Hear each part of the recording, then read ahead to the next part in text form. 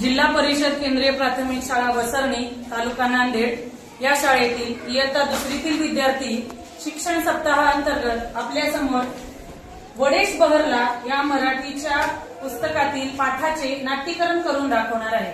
चला तर पाहूया आपण या विद्यार्थ्यांचं नाट्यीकरण। माझे नाव वडेश आहे, मी उंच वडाचं झाड आहे।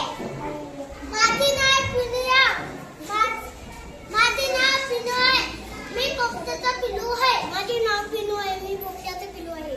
माझे नाव चिनू आहे, मी चिमणीचा पिलू आहे। माझे नाव चिनू आहे, मी चिमणीचा पिलू आहे। माझे नाव आहे कानू, मी कावळ्याचा पिलू आहे। माझे नाव आहे कानू, मी आहे कानूचं पिलू।